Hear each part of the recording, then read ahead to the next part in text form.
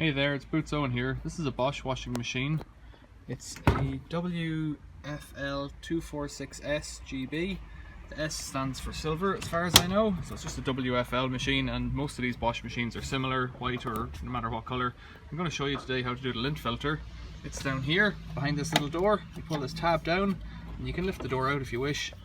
In here there's a little hose, and if you open that, water should drain out just like that. If you were indoors, you'd do this into a shallow tray, and you might put a towel down as well, because once the water's drained out of here, we'll open up this door here. But because I'm outside, I'll just go straight for it rather than waste your time. Let's open that up. Water comes out. It's clear enough in here, and there may be treasure.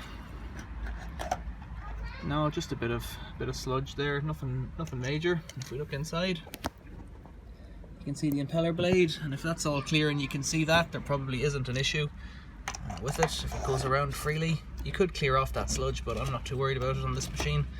It'll get washed out over time if it's being used normally with 60-degree washes periodically.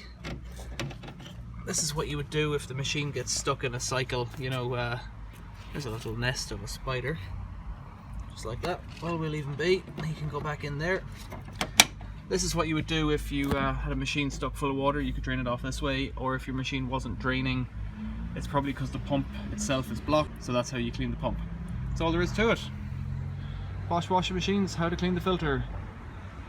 Any questions or comments, leave them below. If this has been helpful, give us a like, subscribe to the channel, or subscribe to the playlist for more videos just like this. Thanks for watching, see you later.